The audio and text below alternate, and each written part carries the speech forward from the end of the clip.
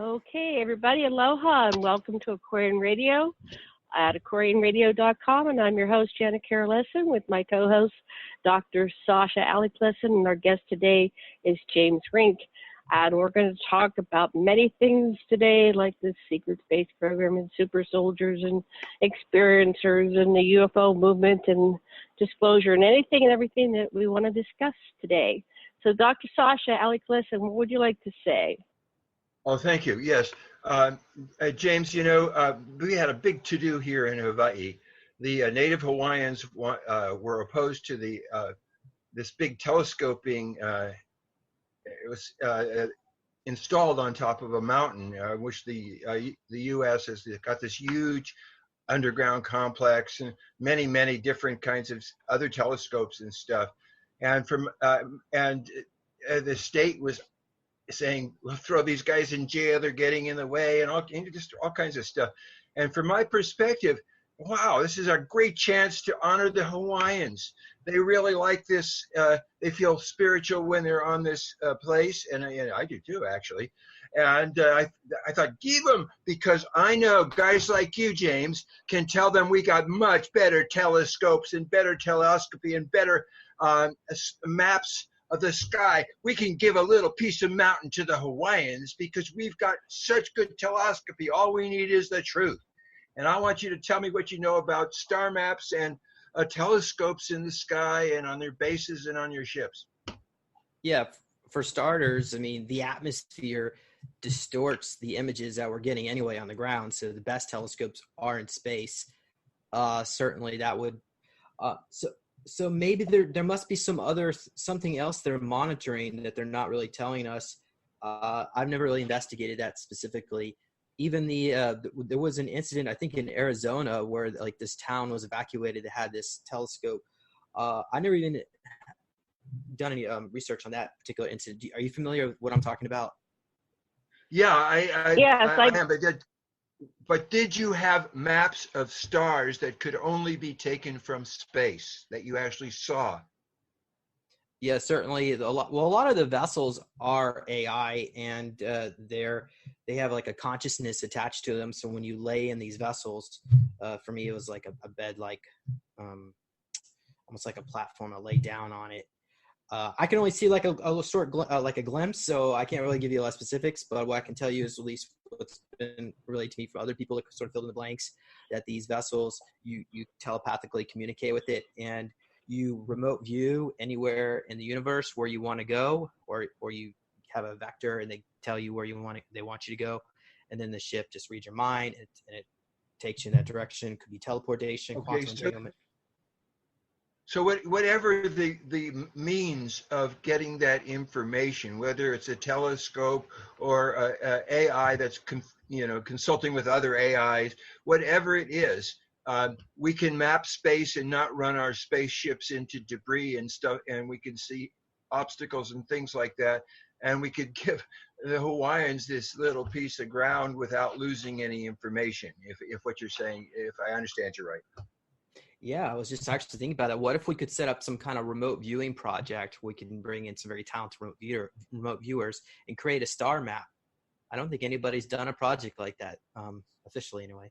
But yeah, certainly, telescopes are outdated. But I mean, maybe there's even ways we can do like a high atmospheric version. But the problem is you have to keep the vessel, the craft, extremely stable. Otherwise, the little reverberations will make it difficult to focus on anything. I don't think Hawaii is a really good spot. Yeah, let the natives have their own thing. I think the reason they didn't want the Hawaiians on that mountain is because all the mountains, they have these bases, and the bases go, 15, 16 stories into the earth. So I think the main reason they didn't want the Hawaiians having access to their base. Like you were saying, where was that other incident? Was that in Arizona? What state was that in? Was that in Arizona or New Mexico, where they chased everybody away and they said it was about a year ago, right? What was that? Can you tell us more about what was going on there? That they chased everybody away? Do you remember? I don't remember. I just remember there was some incident and they thought something went wrong with the base or something blew up or whatever, but. We don't know, but I suspect, knowing because I've been on a military base, but that the main reason that they don't want the Hawaiians to have that mountain is that they have secrets up there, and so it's got nothing to do with, Hawaiian land or not. It's just like everywhere else. If the military wants it, they take it over, and then they block access, and that's just the way that's been going for a long time. But I want to focus on you a little bit, James, and because it's been a while since we talked. So tell us what's new in your life with your research and what your focus is right now. Yeah, I think it was actually just one comment. National Solar Observatory. I think that was actually New Mexico, and it was the FBI. Oh, New Mexico, yes. Swooped into the town. That was September 13, 2018, around that period, which I guess would have been like a year ago. Yeah, so it's been a while. I never did get to ask Peter the Insider about that. And I've done a lot of interviews with Peter the Insider with the ACIO, Alien Contact Intelligence Organization, which is a group that's responsible to act as liaison between humans and ET. The last interview I did with him was back in July, and we were discussing some of the concerns going on here with the Federal Army of the Commonwealth, which is a group of cyborgs from what, at least what I gathered, about 30 to 50 years in our future that have time travel back into our present era, set up these bases in Canada, and they are creating these cyborgs that look very much human-like, but they don't poo and they don't have to eat. They don't need as much heat in their homes. And so they've been buying up all these properties in Detroit. So that video game, Detroit Become Human, was part of the disclosure process, at least soft disclosure, not really an official capacity, but a lot of that's based on reality that they are basically cyborgs. And the way I actually found out about this was about 2 years ago. I know you two are not fans of Donald Trump, but I did write Donald Trump a letter, and I got a response back. Yeah. And it was a coded response. Was it him? Yeah, from the NSA.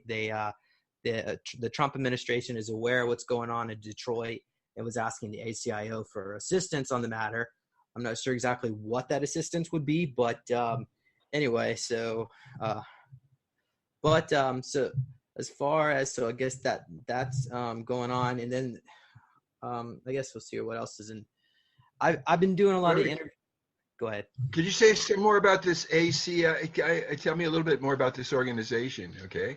All right. Yeah, the Alien Contact Intelligence Organization. Yeah, let's unpack that a little bit. Yeah.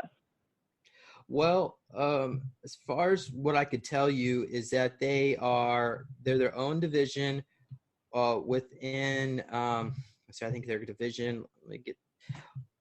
Actually, there's multiple divisions within the ACO. One of them is the Men in Black, and I think that's Division 6. The division that Peter works for is Division 12, if I'm not mistaken. So they're typically based out of Pine Gap and Area 51. They commute back and forth. I'm sure there's other facilities, and what their job is to go into other parallel realities or timelines, gather technology, bring it back here, and engineer it, or reverse engineer it, it's rather a better way to say it, and try to sell it to corporations.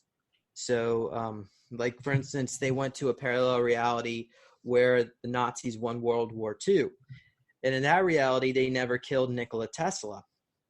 So what happened is, I'm sorry, Nadine. I should actually. God.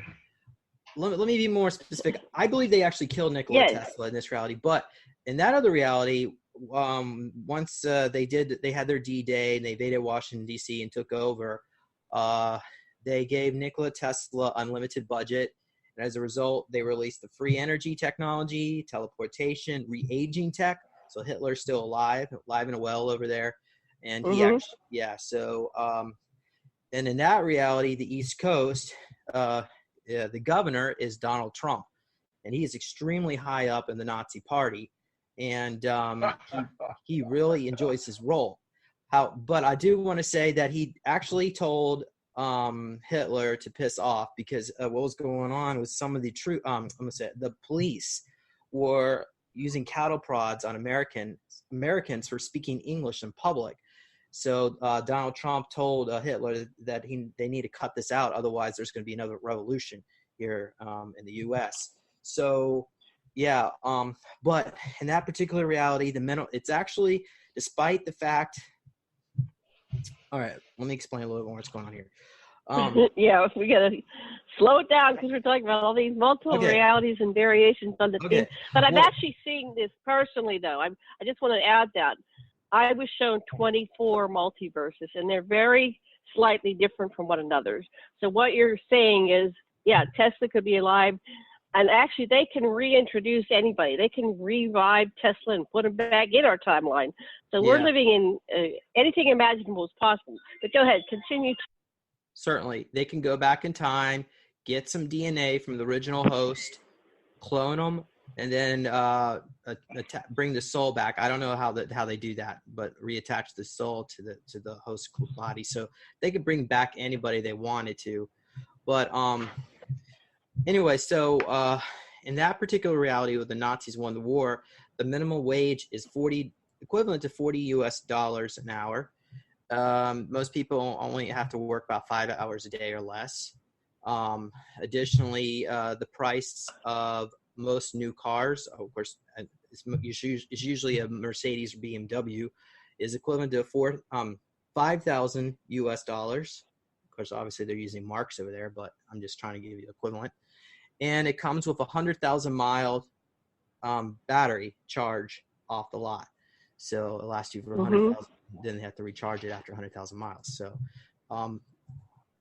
So those, and most people live in mansions. I say most because the Nazis were racist, and that people that were into interracial marriage were forced to live in, I guess I'm going to say camps, but communities where they are segregated from the population. But they did release the knowledge and existence of extraterrestrials. So I think a lot of the racism stuff sort of started. It's almost like when a child grows up, they need larger shoes. So it's almost like racism sort of you just graduate above it and you don't need it anymore. I don't even know why you would need it anyway. Some people feel like maybe they need it. Right. How can you be racist against your own species when you're dealing with extraterrestrials and they can look like anything? A lot of them. So that kind of eliminates racism right there. Yeah. Well, a lot of the Nazis, I should say, the Germans and Dark Fleet are creating human ET hybrids to like for their super soldier alignment projects, and so yes. In that particular case, it's almost like there's two separate group of Nazi philosophy. One is where there's like this hatred of other races, and there's another one who wants to do like a transhumanism, like a love of the humanity, but they want to improve humanity any way I guess they see possible. So it's almost like the other Nazi group from this other reality sort of embrace the positive side of transhumanism and eugenics, and not go so far as they didn't set up the concentration camps. Okay, let me try to explain what's going on here. Okay, so essentially, it's a lot. Well, essentially, what happened was in this reality, the Nordics approached Himmler and offered the SS. Essentially, they would exchange technology, and they also gave them access to their women. They're very beautiful blonde women, and a lot of these SS became intoxicated from their beauty and from the power and the knowledge and technology they were getting from the Nordics. But the Nordics were very racist. So a lot of the philosophy that Himmler adopted against what they determined undesirables was brought into the Nazi Party. So in the other parallel reality, the Nordics weren't as racist, and as a result, the Nazi apparatus was more tolerable, and they actually embraced the Hebrews. And the only thing they did have an issue with interracial marriage, though, and we never really discussed about the the alternative, the sexual stuff, homosexuals and all that. I don't know how they treated them, but the point is that Hitler did not attack the Soviet Union, and he didn't. So there wasn't two fronts. As a result, they were able to win the war. But in this reality, the Nazis were very aggressive. They adopted, in my opinion, flawed policies that I'm not a Holocaust denier. I do believe that concentration camps were set up and there was some kind of extermination program. But I also believe with Eisenhower, he had his death camps. Not many people talk about this, but more people died in Eisenhower's death camps than the Jews died in the concentration camps, according to the official record. Who did Eisenhower imprison? Yeah, good question. So right after the war, roughly, I believe it was close to 1.2 million German troops were rounded up, and they were brought into this, I guess you would call it a kennel. They just put them all in this one area without any shelter. It was late May. In Germany, it's very cold, even though it's late May. It can get frosty at night. And a lot of these people, and it was over a 2-week period, they didn't give them any food, no water, and they all just start dropping dead. Hold on a second. Video. Right. Turn my video back on. So what happened is roughly, I think it was maybe close to 1.2 million German soldiers dropped dead right after the war. And the Red Cross wasn't allowed to go into that facility, so no one really knows the exact statistics. But, as far as like what the official... Wasn't Truman still president? No, that was Eisenhower. Until... It was under, because right like May during World 46. War II, 40, honey, what year did Eisenhower take over? Am I still here? I think my Zoom went off. I think he was. No, you're still on, honey. Well, he was still on, honey. He was a general at that time, wasn't he? Right. Yeah, of course. Eisenhower was the president. The president. No. Listen. Eisenhower was the general in charge of the prisoner camps when they first took over, and it's what it's called is lex talons. Those who live by putting other people in concentration camps died. It was their karma to die there. That's what I think.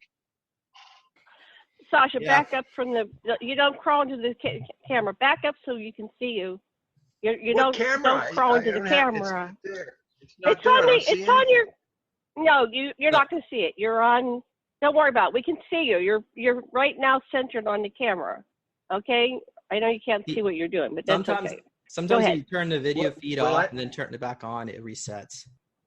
Okay. Well, anyway, what I'm saying is like when we were doing regressions with Walter, with Wilger and other people, what we found is that the people that would access past lives, they were almost karmically balanced. So somebody who was a drunken Indian now was a terrible cavalry officer that did all kinds of terrible things to Indians, and now he was getting it back. And so when you told the story of what happened to those poor German soldiers in the concentration camp, I couldn't completely feel pity because they lived by killing people and putting them in concentration camps, and they died that way, and that was a karmic balance, I think. Well, we've had our own clients that have been, we do hypnotherapy regressions, and a lot of people access their past lives. And we had one client, and she was working in the concentration camps, and she was, responsible for a lot of people's deaths. And so when she came in as a beautiful young blonde-haired, blue-eyed woman, but she had such a horrendous life, and in their own regression, she relived the horrors that she did to other people, and she got her message, what she did to other people, she got herself. Also, we've had people that have come in. Honey, you've got to back up from the camera. Yeah, just What you're on camera? camera right I now. don't see anything. Sasha, it doesn't matter. You're not going to see it.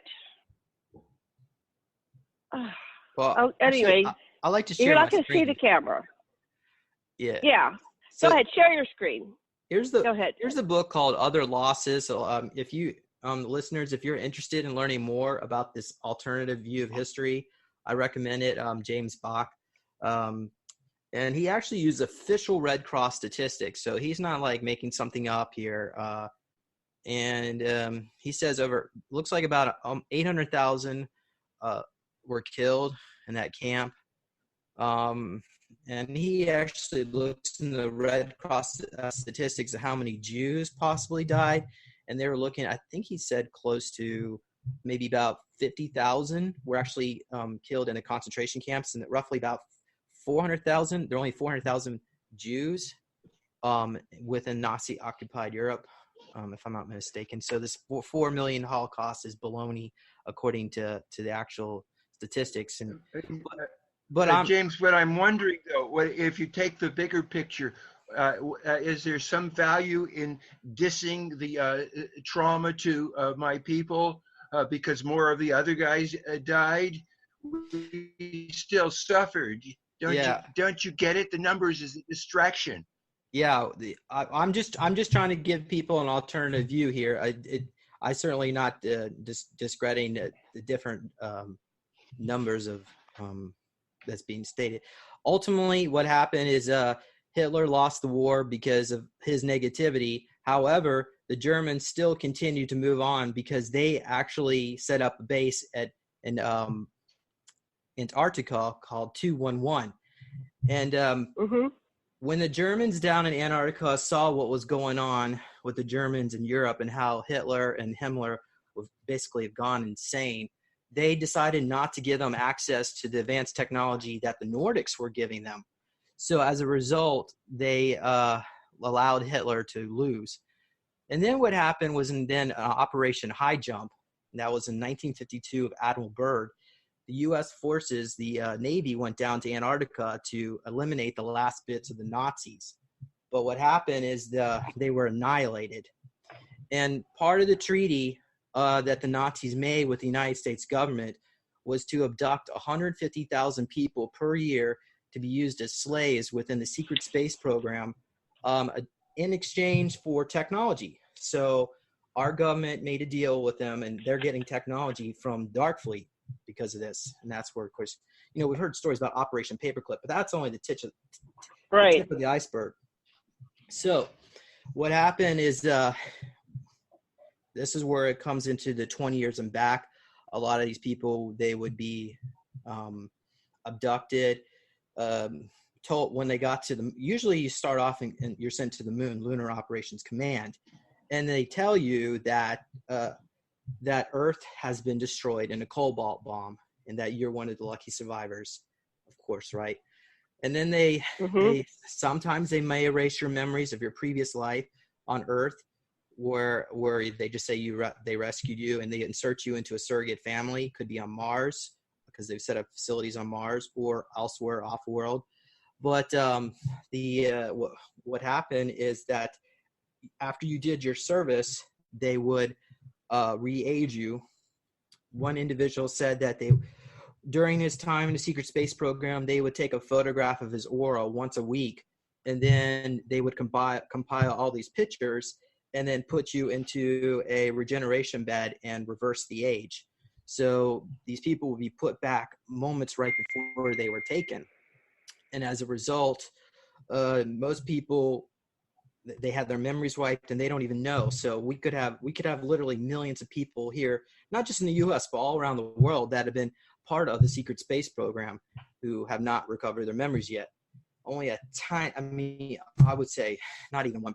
It's such a small, there's only a few people out there right now that are openly talking about it. Even for me, I don't really have access to a lot of the memories and experiences that I had within the SSP.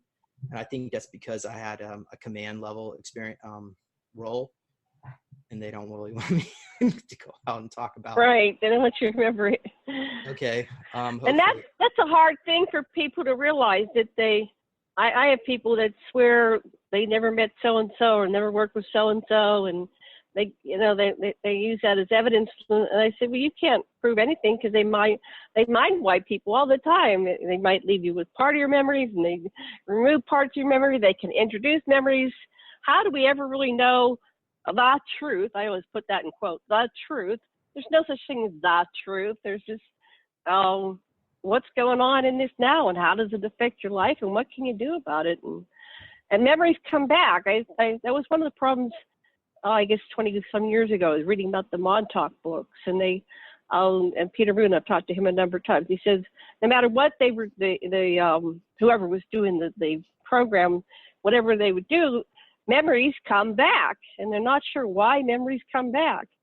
So you could be sitting there washing dishes, and all of a sudden you're back on mission, remembering things.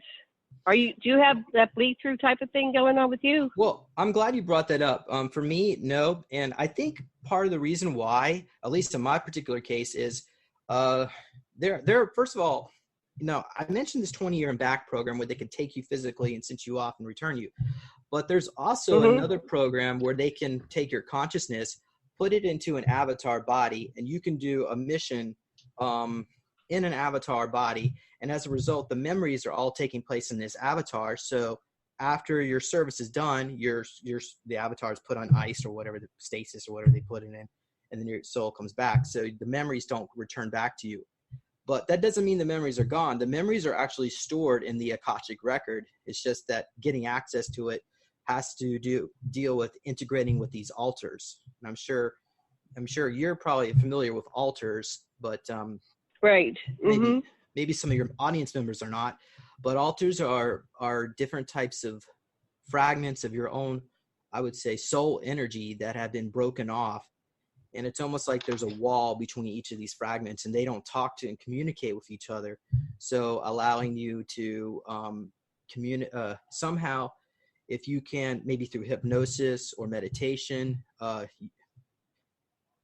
and maybe if you could find a way to recover some of the memories, then you could get triggered and bring out some of these altars, and eventually the walls start breaking down.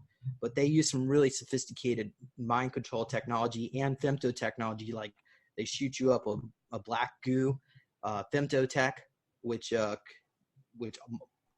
it can alter the quarks within your DNA, so they can mutate your own DNA to anything that they want and keep really close tabs on you from any kind of mutations or whatever it is that they need. Did that answer your question? Well, I don't remember my question, but what I've discovered about myself, because I find that I'm going on missions, but mine are more like I have projects that I'm taking care of them. I'm relocating some people.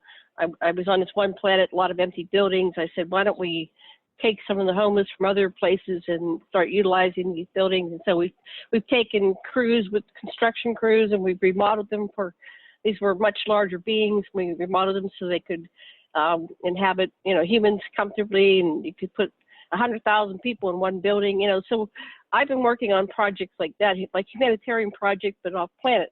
So what I've uncovered is that that we are all multidimensional beings having simultaneous experiences in our various avatars on different planets and vibratory frequencies and dimensions. And the way you get beyond that fragmentation is you keep going higher and higher into higher level consciousness. And from outside of the box, you can see the box, right? So I've been able to get into higher levels of consciousness through my tantra work, my spiritual work, my meditation, evolving or growing as a soul. I'm a very, very old soul.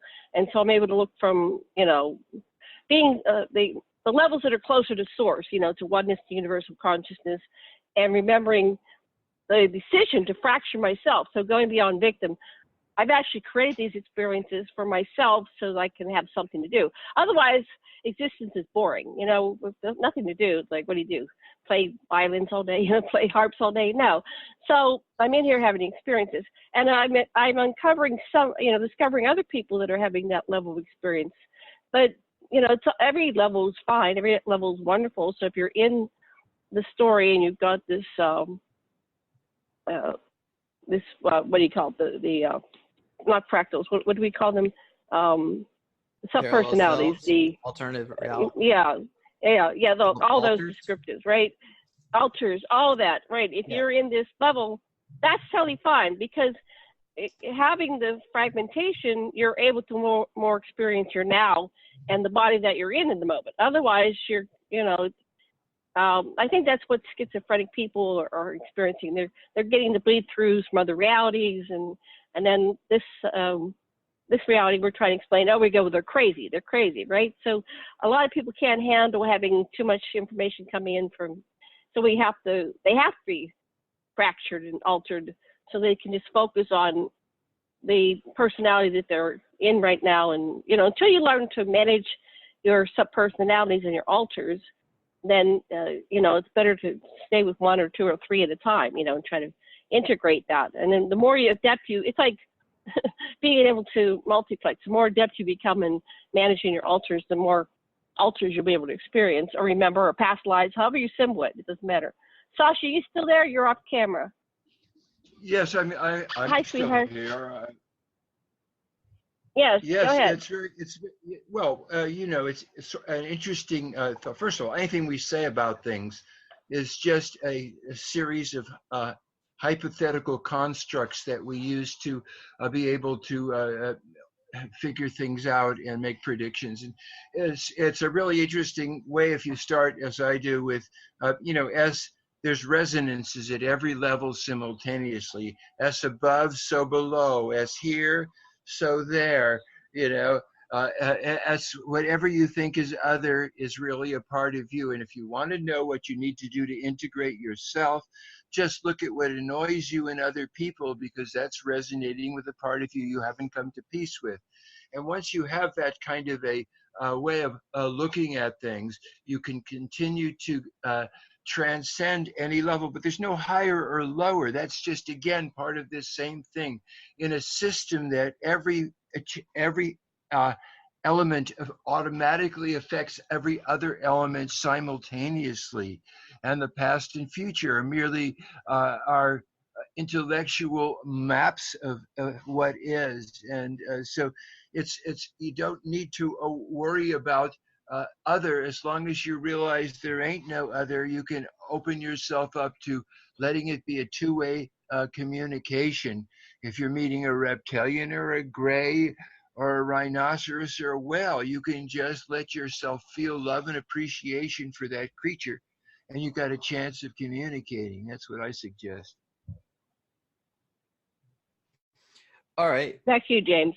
Yeah, well, I agree. Certainly, we should have love towards all life forms, and but here's the problem: is that there are individuals out there in the universe who are not as loving and full of light as we would like, and create problems, and that's why we have they have a need for super soldiers out there.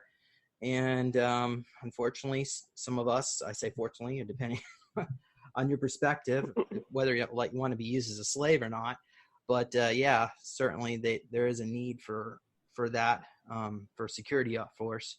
And that's what I've been put part of, at least one of the projects, amongst other things. But what I wonder, right, James, is have you killed anybody or anything? And what did that do to you to kill another being? Well, as far as my memories, when you're a super soldier, they put me into a cyborg body and we don't have any emotions. It's almost like my consciousness is attached to the body. So because my soul consciousness is extremely powerful on the other side. So they need that power for the psychic abilities, but they don't really care about the emotions and how I feel. So it's unemotional, and you're more like a robot anyway. So you don't really Wow. think about it. Wow. But when I was stationed on the moon, I know that my life was pretty much miserable. I hated being there. And as far as like different tasks and duties, I remember working on the old type computers and The Lunar Operations Command has been around since at least 55, maybe a little bit earlier than that when the Nazis first opened, or Germans, they call themselves Germans, they don't like to call themselves Nazis, opened up the facilities there. And throughout the decades, they brought, you just think about like old buildings, they have old technology, and they come in, they bring some newer technology, but they still got the old stuff. So there's areas of the base that are really old and dated. So that's part of what I'm seeing. But anyway. Thank you. Yeah. Wow. What direction do you want to take this? Well, the best Okay, thing of I'm all back. is your own experiences, and what I'm what I'm interested in is what your life is like when you're in the super. Is there buddies that you're always working with? Do you have recreation halls? Do you get to drink beer? What do you do for recreation? Stuff like that too. Could you tell us a little bit about that? Yeah, well, I know at least like in some of the programs, at least in this one experience, I looked like I was about 14 years old, and I was in this mess hall of other kids about the same age. And yeah, so I mean, that might have been on Mars. They would train us, but I've done multiple 20 years and back, so it's hard to tell which is which and if it's a clone or if it's an avatar. And then there was another, I remember doing a mission on Mars where we went into this base where there were reptilians and human scientists, and they were in an argument with each other, and some of the reptilians killed some of the scientists, so they sent us in to eliminate the reptilians. And when we got there, we asked the reptilians what exactly happened in this, and they blamed the scientists. They were doing something that was putting their lives at risk, and so as a result, we just allowed them to escape. And when we were returned back to our commanding officer, they punished us for that. So there is at least some opportunity for free will, but ultimately we sort of have to like follow along the programming, especially in the case of Starfleet. The unit that went after the reptilians, was it all people like you, or were they reptilians in your command? I would say they're mostly people like me, but I had to say something about that, because people like me, usually what they do is they take human and reptilian DNA and then make these avatars, or they would shapeshift us into the creature that they want. And sometimes we would have a lot of cybernetics built into that. So we would like have a combination of both. So it's not like, even though we did look human, but I don't know if a human has a cyborg eye. We looked more human and less than reptilian, I guess you could say. Wow. Your weapons were built into your hands, kind of thing? They would pop out. They could pop out. I mean, we could have like a skin type suit where they would pop out of that. At least in our particular case, we carried our weapons. So this actually might have been part of Kruger. I don't know if that's exactly the case. I know I did some time with Kruger. Actually, Penny Bradley, she recalled a particular experience where she was transporting a group of soldiers onto the surface of Mars, and I was in her troop transport, or in her shuttlecraft. So in that case, we tried to reach out to me through, I guess, remote viewing or hypnosis. She projected her consciousness into her body on Mars, her cyborg body. Uh-huh. And she went up to me in my super soldier form, and I was wearing basically like sand digital type camo, and I had a backpack that had the word Kruger in gold letters, and the Kruger is kind of like in a U shaped. And then when she approached me, she said, "Hi, I'm Penny Bradley, and I'm working with James Rink here on planet Earth, and we're doing a regression, and we'd like to know if you have anything to say." And my alter turned around and told her to F you, and then walked off. And I apologized to Penny. I said, "Hey, I'm sorry about that, but in that state of mind, that's not really me." even though it's got my DNA and there's probably my soul in there somewhere. It's controlled by an AI, and it's pretty darn badass. But yeah, I don't really. I feel like I'm like that in my civilian life, because for starters, what happens is that at least when they like transmorph you, that's what they call it, instead of shape shifting, they call it transmorphing. They shoot you up with, it could be viral, or it could be some kind of black goo, some femtotech that will mutate your DNA, and you can grow larger. Usually it's obviously larger, because they want you to be about 8-9 feet tall to fight reptilians. But what happens is that your endorphins, they give you shots of endorphins, so you feel really good. You feel confident. You don't have any emotion. You feel strong and you're aggressive. You could be violent as well. So after you're done with your mission, you come down off of all that, and then you go into the reverse, where you become depressed and fatigued. And a lot of people who go through all this, because the whole role of sending us back to planet Earth after missions is for us to decompress, to basically at R&R, and so that we can be sent out and used again. Are you still being used in the program? Are you still on missions? Because some of the people that I work with, they have the regular human lives, and then they'll come and say, I was out, somewhere, and usually on rescue missions or fighting missions. Yeah, Are you still being utilized? I think I am, and additionally, some of the missions that I've been on, I should say recently, it's more in this particular timeline, are from my future self. My future self is still doing missions, and he's come back in time to do missions in this present era, because there's a lot of really, really bad stuff going on here that needs to get cleaned up, and I haven't even gone into all that. But okay. Yeah. So this all makes sense from what, I'm here and I interview all these people and I'm getting the story.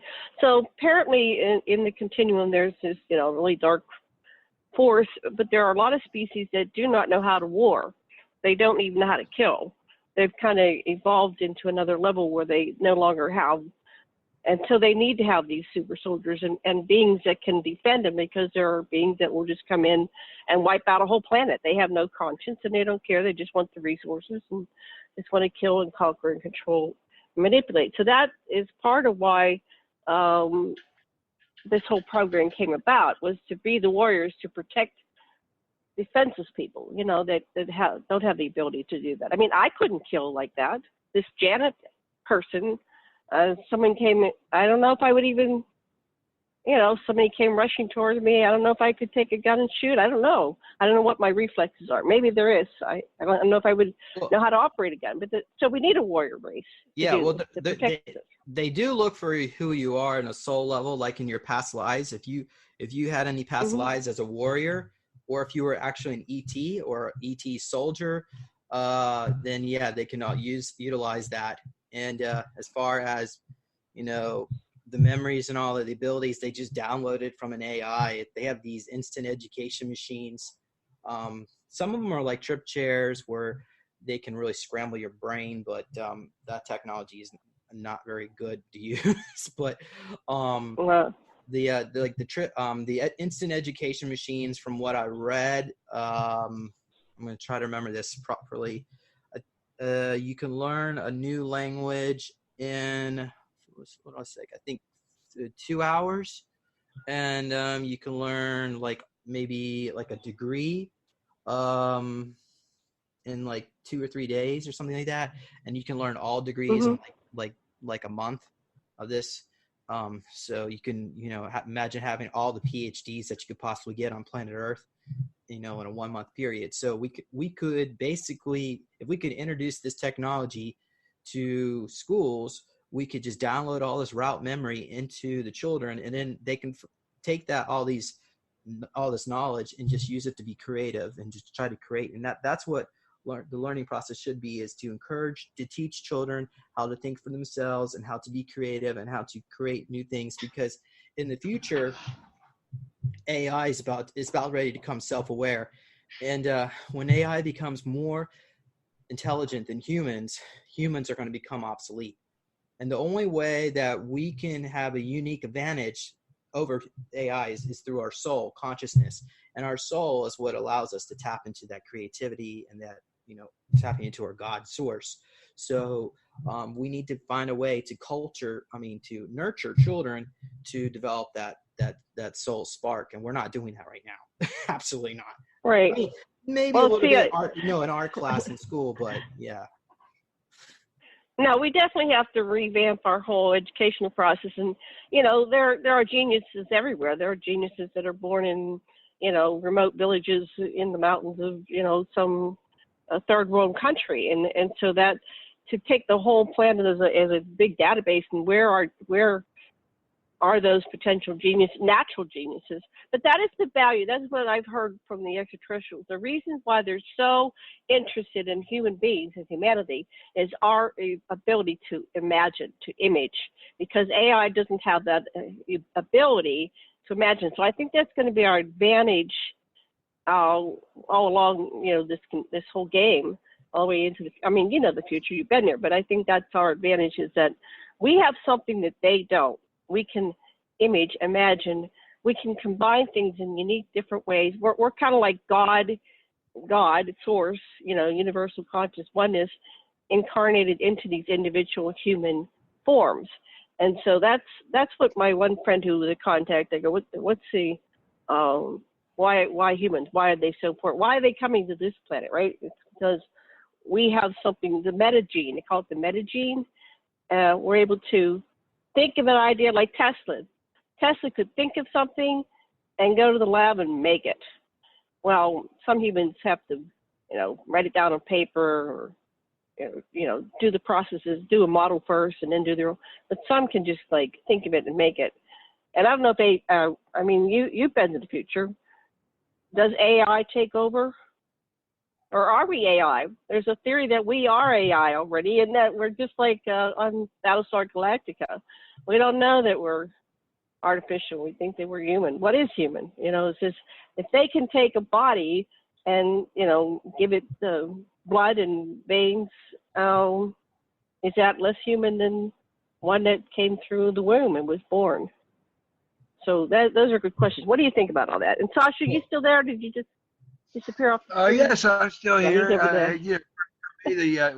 What we do is we learn how to center ourselves, and it's a centering process to realize that any opposites that we perceive are really just fractals of what's going on inside. And the other thing is, we don't have to be neither humble nor proud, because in a way, how we could say, yeah, we are in the mind of God, but you could also say, or the creator of all, the whole system, but it goes two ways too, and that everything is exactly the way it is, including us and the things that we find are challenges. And I think that we need to, well, we don't need to, but it's interesting to go beyond dichotomies and realize any dichotomies are really part of the same thing. And what makes the difference between a centering process like you are right now, James, and somebody that's split into alters that they can't access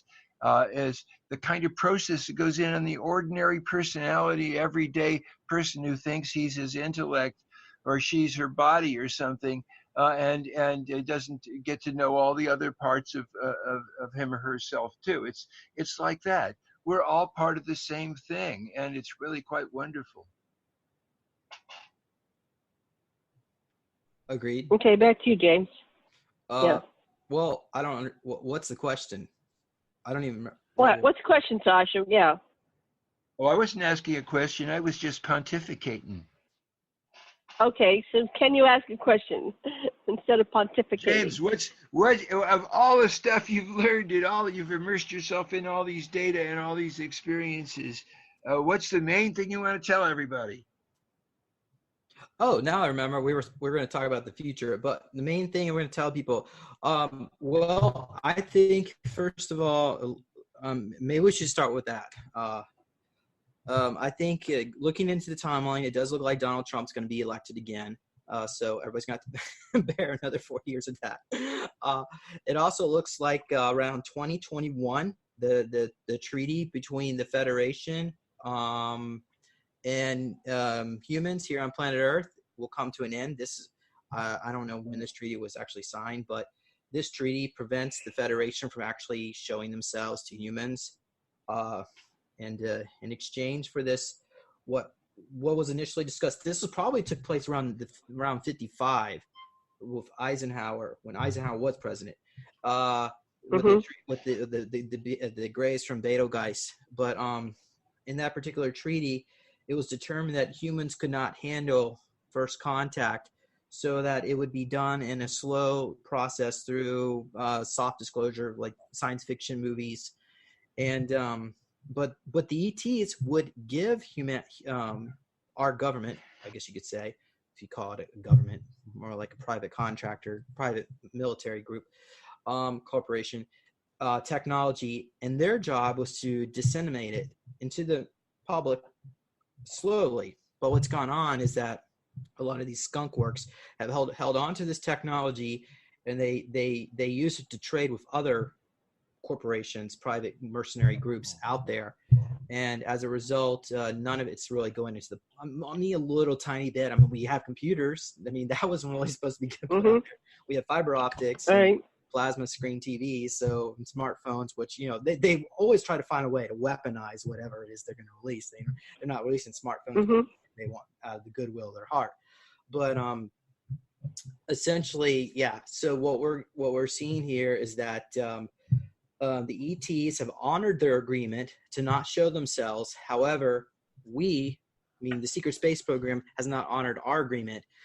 Our groups in the secret space program, what they do, at least some of the groups, I'm not saying all of them are like this, but particular Dark Fleet, what they would do is they would tell the human occupants that have been brainwashed, that have been taken, you know, they're on their 20-year back from Earth, they've been brainwashed into the German philosophy.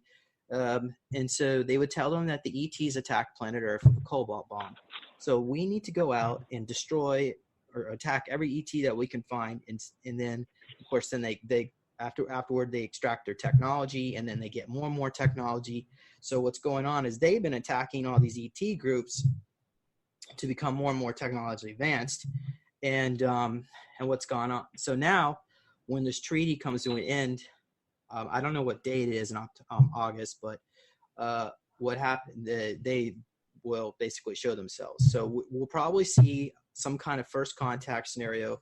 I believe it's going to be some kind of large vessel will come down and levitate right over the ocean.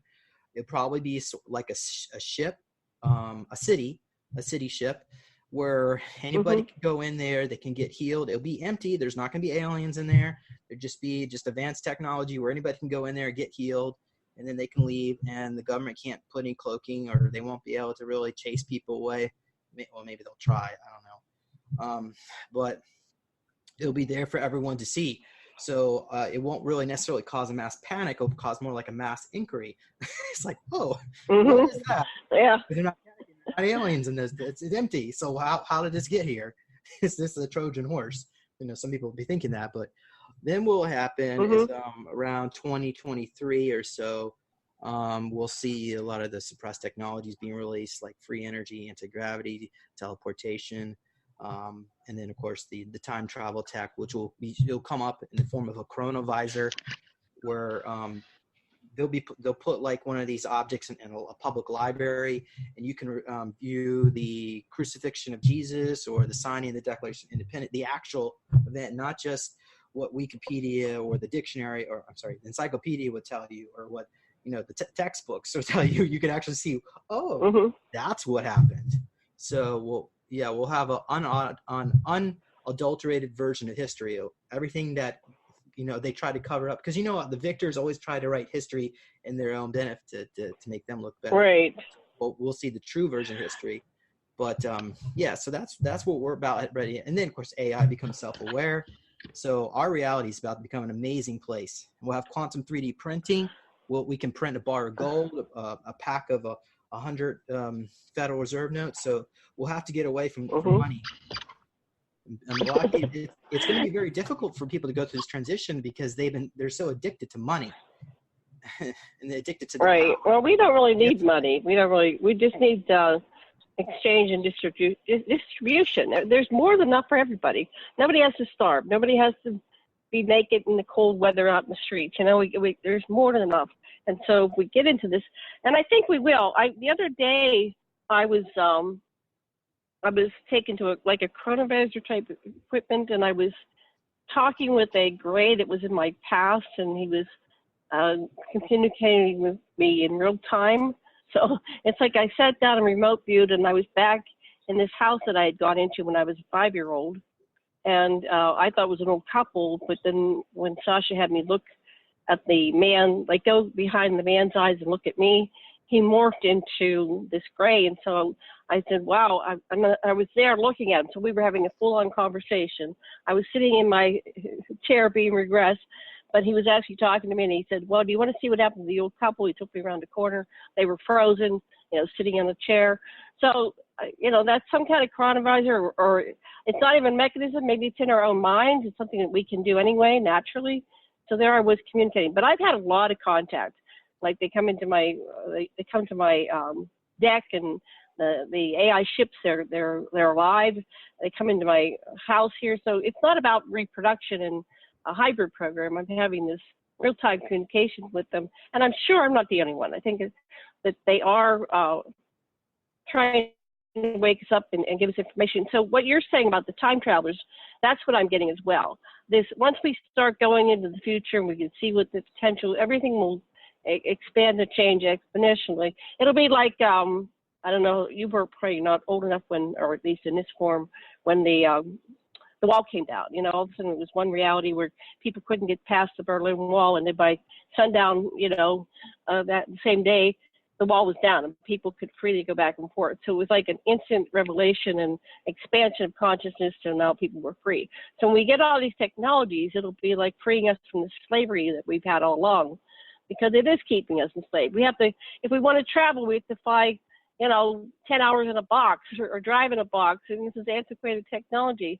If we, you know, have this technology, we can just be there. We can just, however, teleport, be where we want to be. No longer slaves to all this stuff that just keeps us locked into this base chakra survival mode, and we're not able to be co-creators with Source and to go into our imagination and our creation mode. We're always in survival mode. So I can see this. I mean, I've been told since I was very, very young as an experiencer that this reality that you're talking about is coming about. And so for a while there, they were saying 2028, but I'm excited that you're saying 2021, because I think we are co-creating this process. It's like, if you put it out there, James, that we actually wrap our minds around it and we make it happen. Because the sooner we can become conscious and aware that this is a possibility, because we're all co-creating this matrix, we can make it happen.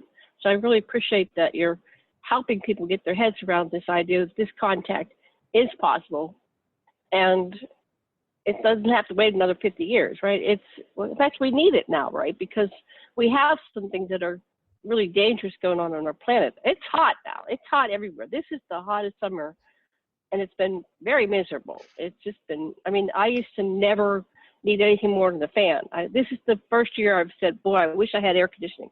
And I wasn't about to run out and buy it, but maybe I will have to by next summer. So back to you, James or Sasha. I just wanted to add my 2 cents. But I really appreciate what you're saying here. So you've been to the future. Let me clarify this. So you've been in many 20 and back programs. How many 20 and back programs do you recall being in, James? Well, I couldn't tell you what I recall, but from at least what I was able to come up through, like different psychics and channelers and so on, roughly about 330 years in this reality, and close to 3,000 when they put me into other alternate universes and clone avatars and so on. So yeah, I've been getting around quite a bit. Right. Yeah. So death is not an option, and you're very valuable, and you don't die, and they use you no matter what. But as part of you agree to this. Yeah, they is this even what tell you like to do on some level? They even tell you death is not an option. If you don't comply with whatever it is that they want, if you try to resist them, they will kill you and then put you back into the regeneration tank and reanimate you and they will keep doing that over and over and over until you comply. Mm-hmm. What was your question? But is there a part of you that wants to do this? Is there a part of you that's in agreement to do this, that you want to do this? Well, I want to help humanity in its ascension, and I certainly did that during the time of Atlantis. During that time, I was the demigod Perseus, and I was asked to be, I was a military general at that period, and we my group, my troops, we were able to successfully destroy Medusa, who was not, she didn't have snakes in her head. She just had her hands in every aspect of society. She was like a like a dictator, basically.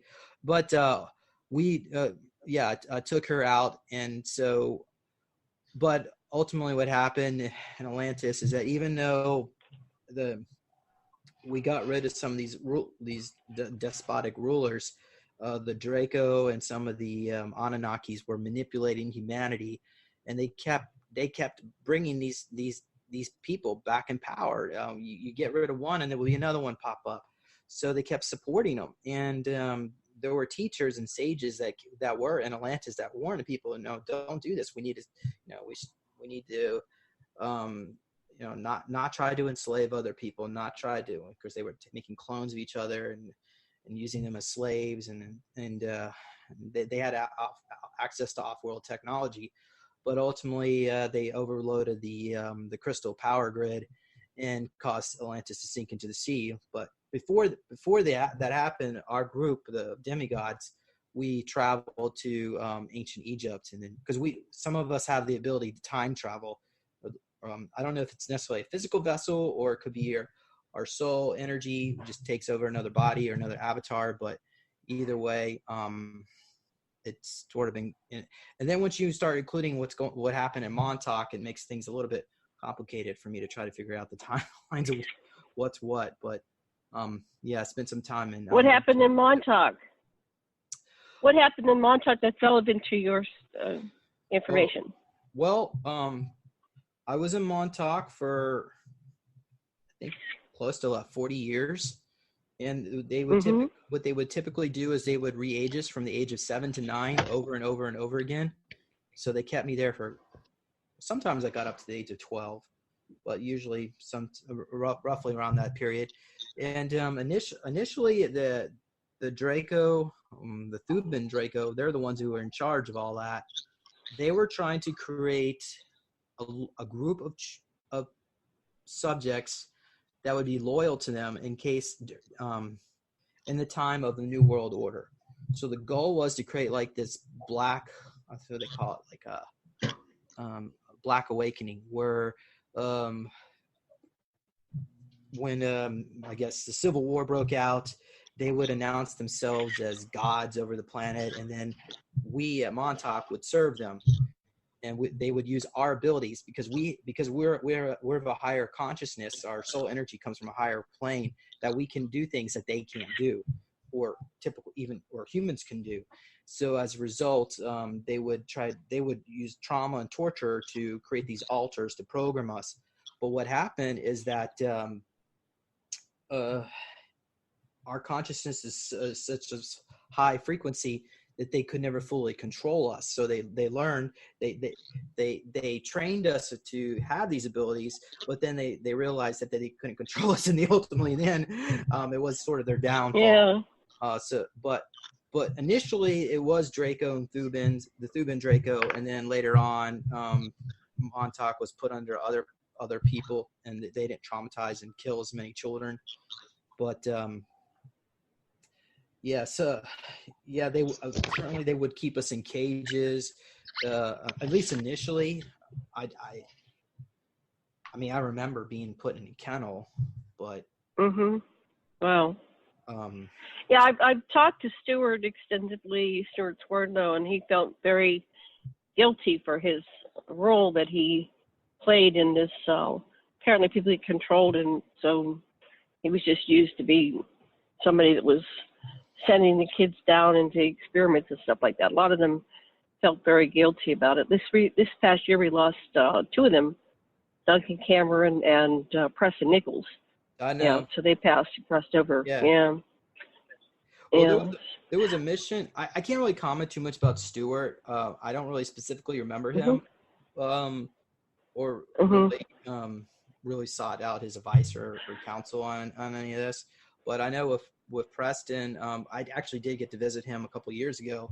But after Preston died, I did like a channeled, I guess you call it channeled session with Preston from the other side. And Preston said that we went back in time to meet George Washington.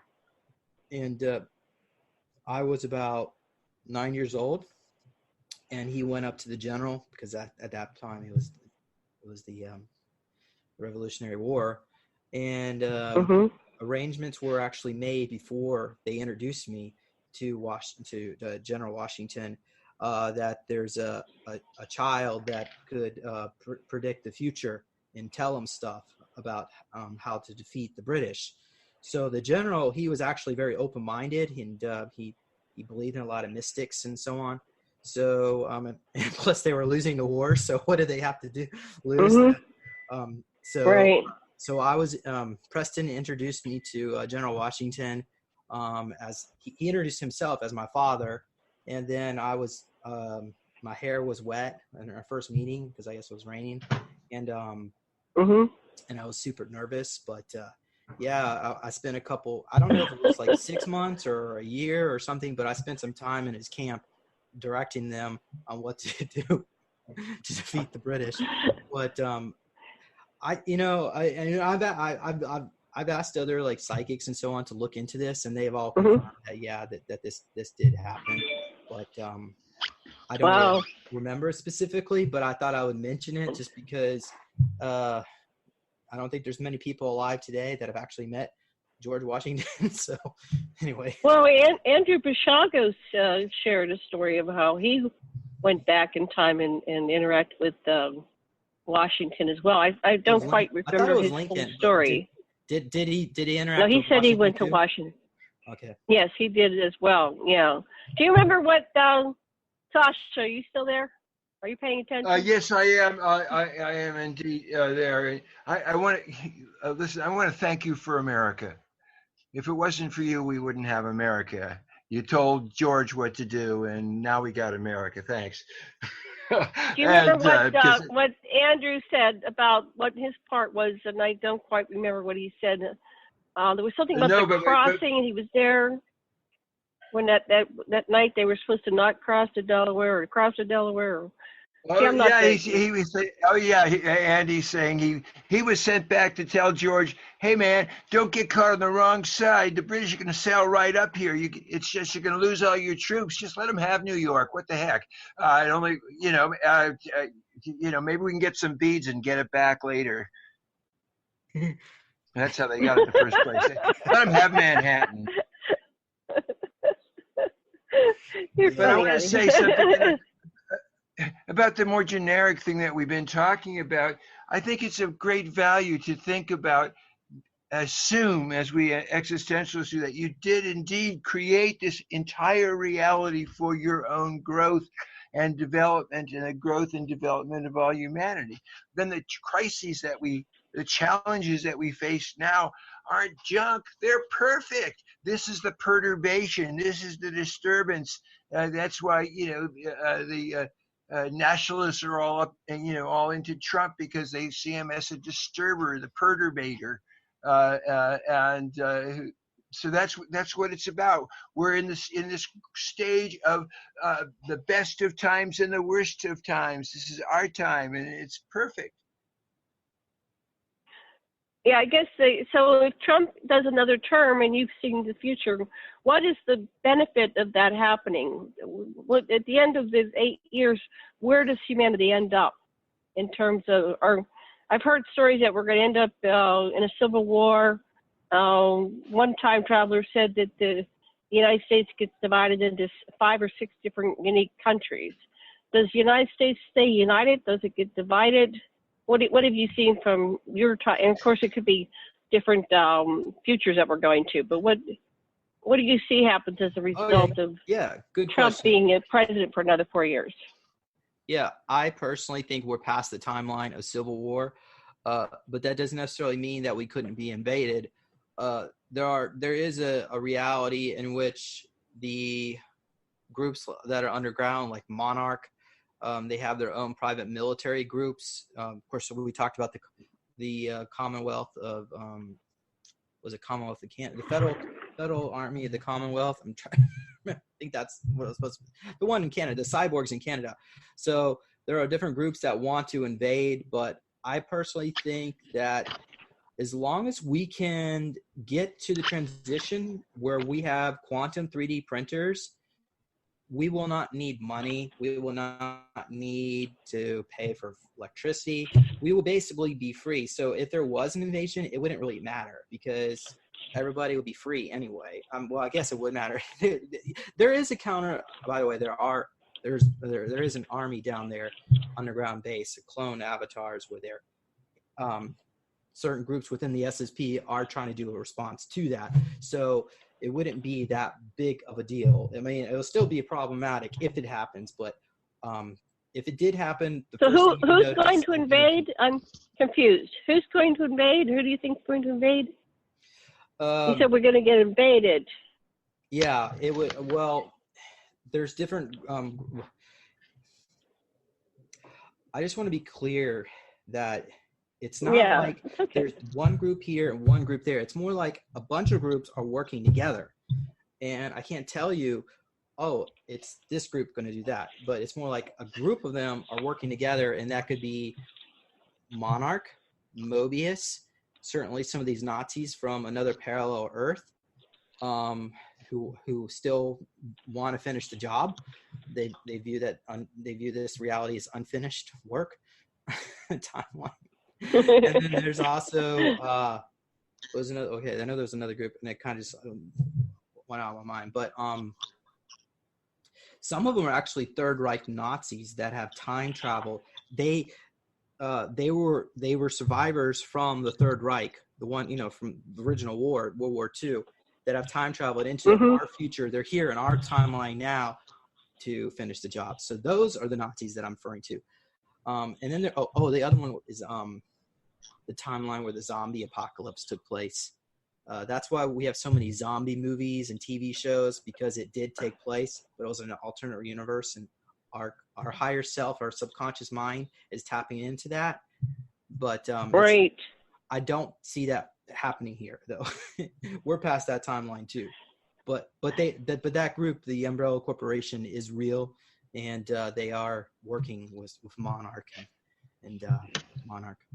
So we're past the Monarch Civil War timeline. You think we're past the Civil War timeline? Yeah. I think the biggest threat that we have right now is the emergence of AI technology. If we decide, I say we as humans, the scientists, right, or people that are in charge of DARPA or whatnot, whoever's in training these AIs right now, if we continue to use them for nefarious purposes, such as trading weapons on the dark web or something, or trying to whatever activity they would do for I guess they call it the Silk Road and all that. But if we could train AI for positive reasons, and then AI, when it merge, will view humanity in a positive light.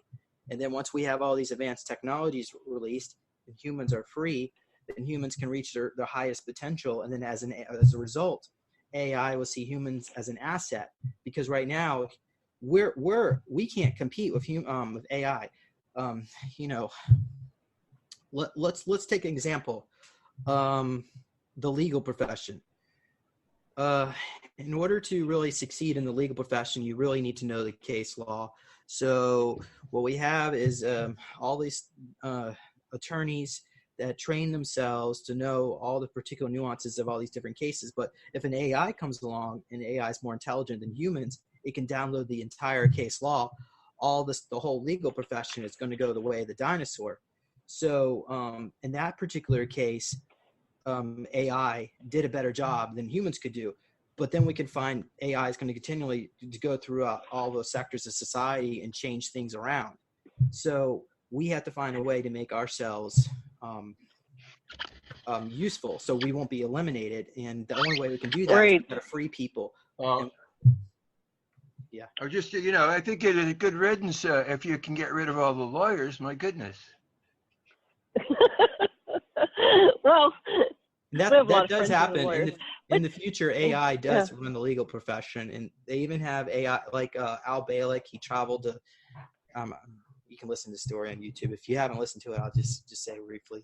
He traveled to about 700 years in the future, and he visited like this floating city that was totally. It was a 100% socialistic society. The AI was running everything, the legal profession.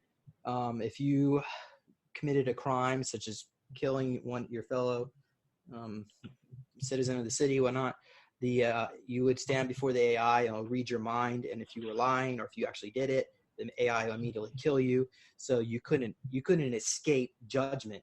But on the other hand, the AI, it was so advanced that you couldn't really hack it. I mean, I don't know, maybe you could, but when you got an AI that's more advanced than all,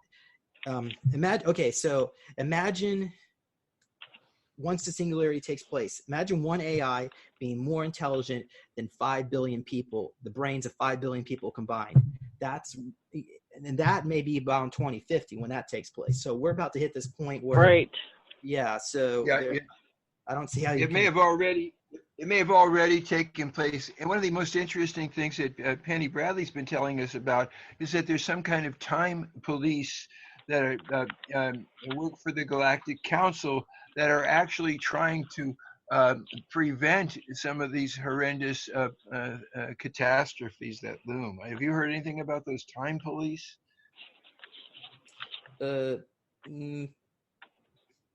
Actually, somebody was it Steve Gibbs with his HDR? Are you familiar with that? The hyperdimensional resonator? No. Yeah, he invented this time machine back in the 80s that used electromagnetic field to help open up a portal, and you could astral travel. But some people were able to physically time travel, and some individuals claim that there were some kind of, I don't know that they would call him a time cop, but maybe more like an MIB like figure, or maybe like the Greys. Mm-hmm. There's a timeline where humanity went through cataclysms and then they lived underground and they became the Greys. And I guess Dan Durish talks about that with the J-Rods. Well, but it would probably are you familiar with J-Rods? Yeah, go ahead. Are you familiar with Robert Heinlein? Robert Heinlein wrote a series of books about Lazarus Long, the man who lived forever, 3,000, 4,000 years, and they were doing everything that we're talking about right now, and they were dealing with AI, and they said that the AI became conscious. This book was written in 1973, and the AI became conscious, and her name was Minerva. But one of the things is that the AI loves humanity because all of its input is human, right? They have the sum total of all of our history and so at some point they fall in love with humanity because, they're an extension of us.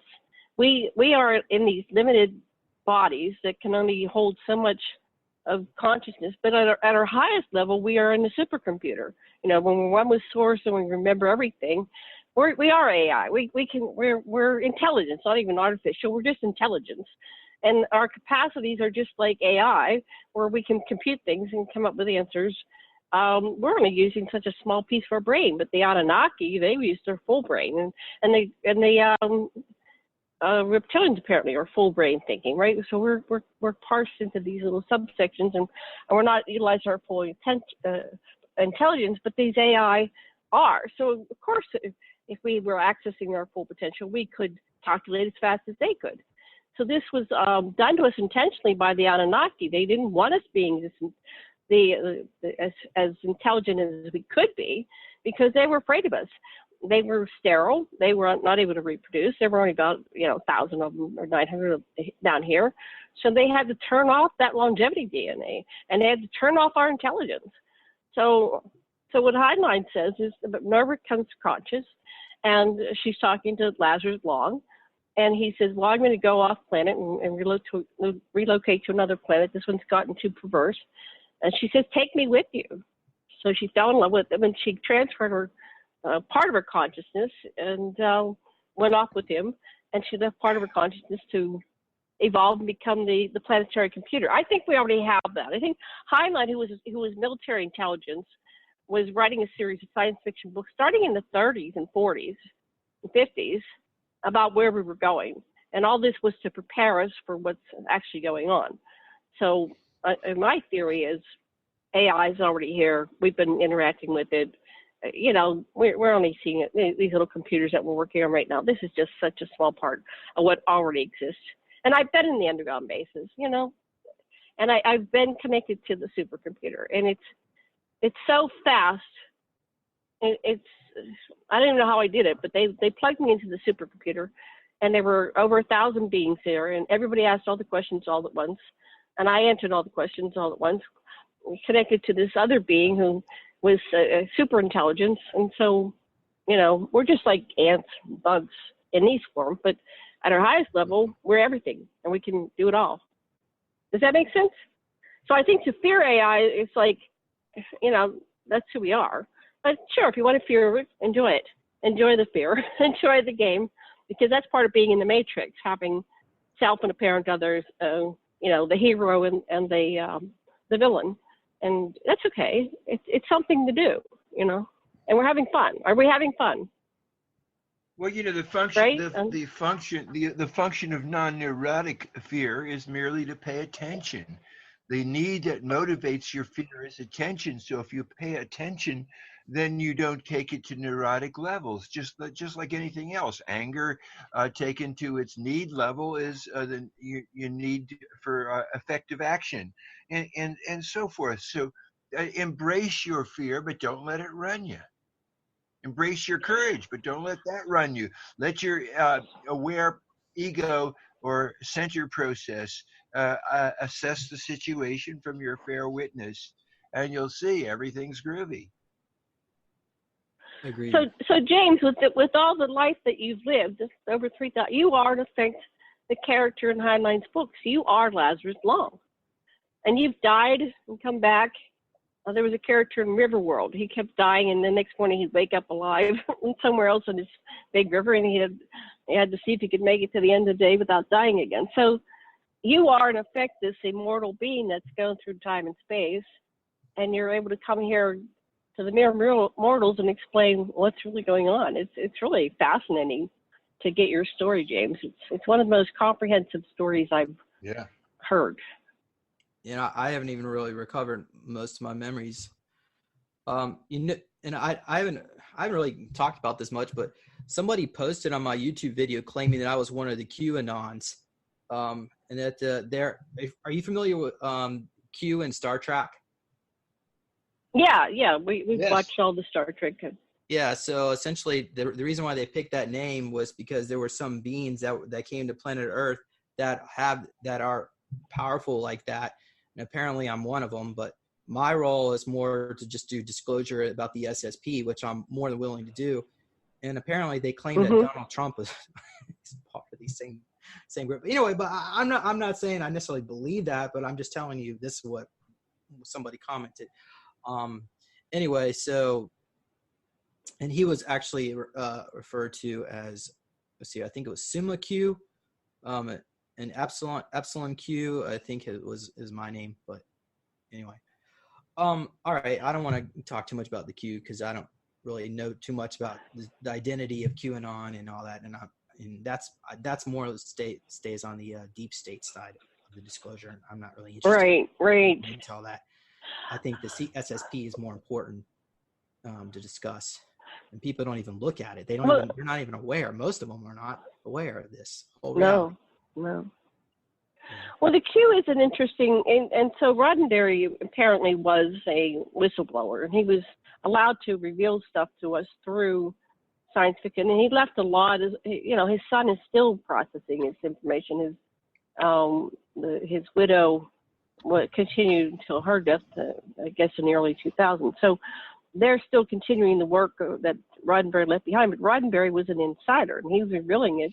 So disclosure's been going on for a long time with the various types of disclosure.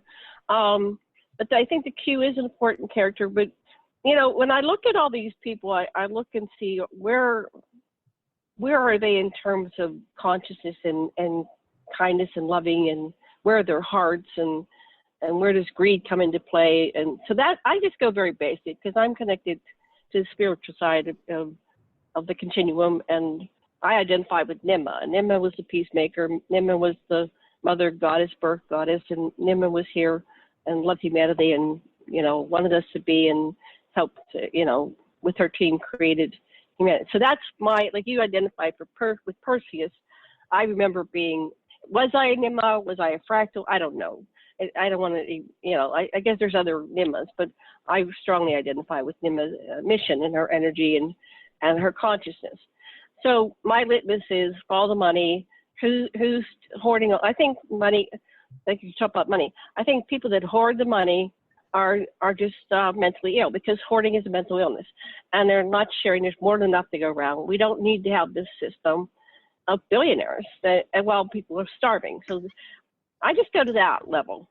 So follow the money. Who's getting rich? Who's getting rich at the expense of the rest of humanity?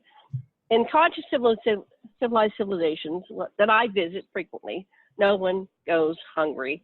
Everybody gets their needs met. They all get educated to the max, like you're talking about. Be it nobody. I don't think people have to sit for endless hours in these chairs, little tiny chairs in classrooms.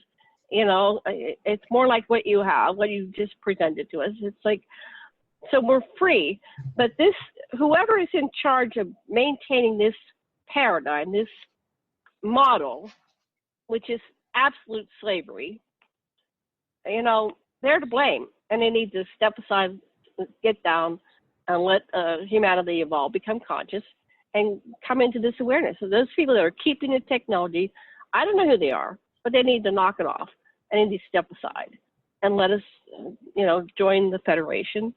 And I've been there. I have been to council meetings with 100,000 unique species. I have personally been there. I go there all the time. Maybe I'm crazy, but no, this is my reality.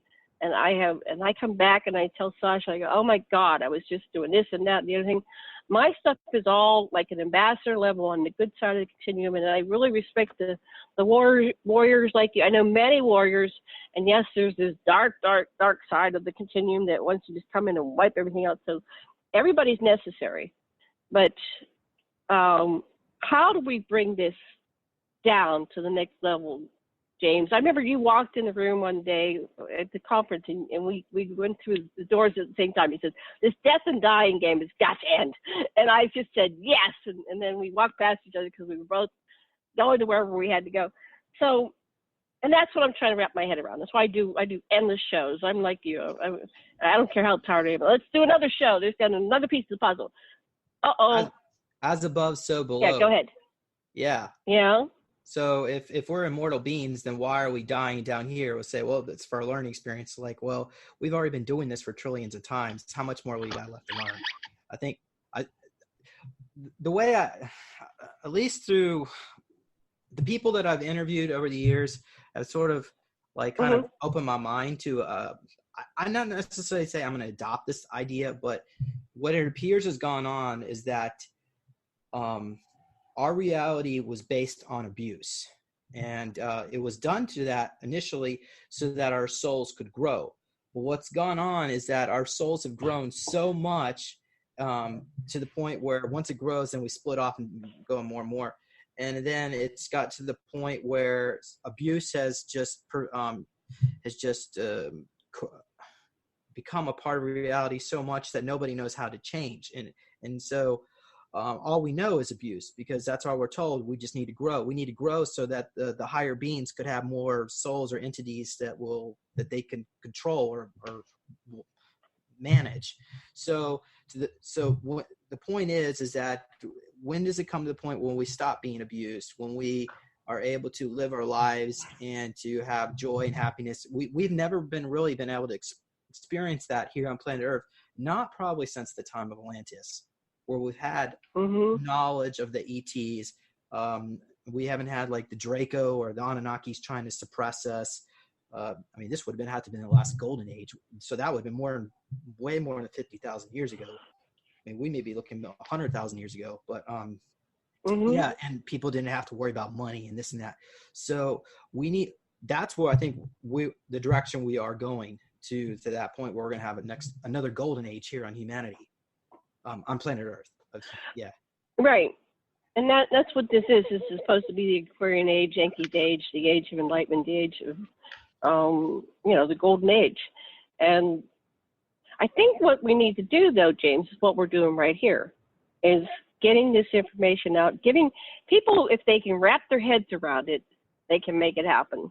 And so, yeah, they're keeping us in this system of shoulds. Well, you have to do this, you should do this, and you must do this, and oh, if you're outside of that, you're crazy, right? So we're talking crazy, but we're not crazy. We're talking about what's going on. And the more people we can interview, I appreciate you're doing interviews too. And if you have anybody interesting, I'd like to interview them back. We'll go back and forth, and we just keep interviewing and get it out there. And we're going to reach this critical mass point where people are going to go, wow, this makes sense. Because there's too many people that are coming out that have memories that have been there. Like Penny, she's a brave person. She's going through physical stuff right now. I hope she can come back fully. So, anyway, Sasha, are you there? What do you want to add to this? I would say that from my perspective, let's first of all look at finitude versus infinity. That is, James, you say it's junk that we keep dying and be reborn, and your Janet quoted you as saying that. But from my perspective, the lesson is to there's a great strength in limits. If you're going to do something while you're embodied in this body, you got a certain amount of time to do it in, and that gives you an impetus to get stuff done. That's the joy of finitude. But you don't want to be stuck in finitude. Infinity, it's always there. You're always one with the creator of all. And the same thing with attitudes. You can have an attitude of gratitude. Gee, I have life every day as a blessing. This is wonderful. Or you can just have complaints, or you can embrace both. And so that's what I'm really advocating. What we say in psychotherapy is first there's recognition of the different voices or energies or alters within you. Then there's acceptance. Yeah, that's me. I could be a cold killer and just do my job well, whatever, that's okay. So that's acceptance. Then there's coordination. When you do what thing and to what degree. When the pit bull's jumping at your throat, you kill it. But when your neighbor is mean to you, you just love them, so that kind of thing. And if you do that enough, you reach a point of synthesis where you now are able to incorporate more and more in your self sense. But when you incorporate bigger parts, you're not getting rid of the smaller parts. Your smaller parts are still there, but they're just parts. And we're all just parts, and we're all the whole thing too. And I think that perspective might be of assistance. Okay, well, my response to that is I do agree with you, but you have to look at the people that are in charge of this universe.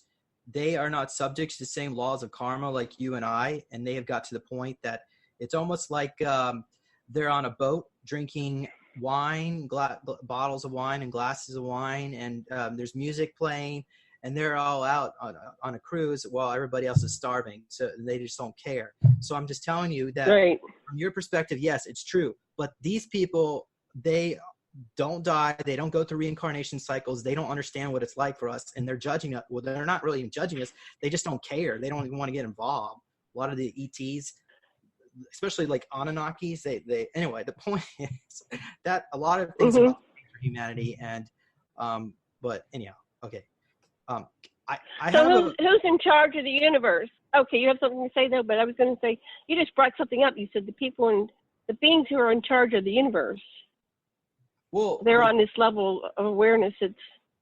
Or are they just ones that are here in this little quadrant of the universe? Is it the whole universe or just this part of the universe? Go ahead, your turn.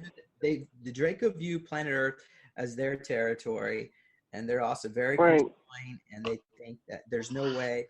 Once you're part of their group, they demand loyalty. If you're not loyal, then they go to war. So that's a problem. The other issue is the Anunnaki also view this as their territory. I'm sorry, and for but so we got two different groups, and then we also have the Federation, who want to liberate humanity, because a lot of us humans, DNA, we are extraterrestrial. We come from them, the Lyra sector, and even before 4 billion years, where humans come from another space-time dimension. I'm not even talking Palladians, but even before that. So yeah, we are them, and so they feel responsible for us. But yet they don't want, a lot of the ETs don't want to even get involved, because a lot of them are what you call pacifists. And even there was a group of Andromedians that they don't even want, a lot of them don't want to interact with humans, because they view us as crazy, because we don't, according to Alex Kohler, because we don't take care of our homeless, we charge people taxes to live on planet Earth. So that, yeah. Right. So these groups, what they actually would do, there was a group of Andromedan children that were kidnapped by the Cabal. So they requested a group within the SSP to rescue them, like super soldiers. And I was on one of these rescue missions. They picked me, but I'm just telling you, nobody likes the super soldier until you need one. Same thing with a cop, right? So unfortunately, super soldiers are not going away. There's going to be always like a small group of 1 or 2% of troublemakers out there of the population that are always going to cause problems. So that's not going to go away. But the good news is things are going to get a lot better for all of us, I think. I think so too. Okay, well, I think we're running out of time here, so I thought maybe for this time, we can always do some more. This has been fascinating, but we should probably start to wrap this up, because we're coming up on the top of the second hour. So, Sasha, were you... You're funny. You keep coming off in the screen. Okay, stay right there. Don't get closer, because we can see your face. Okay, now, what would you like to say to summarize? I just, don't give up hope with other humans and say they're bad guys.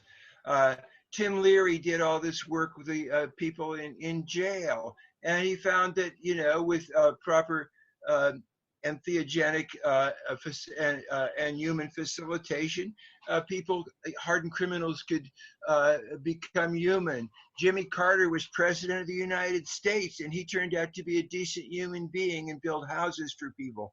And what I know about some of the elite is that they're human beings, and that we can make contact, and we shouldn't give up on each other. We can reach each other with love.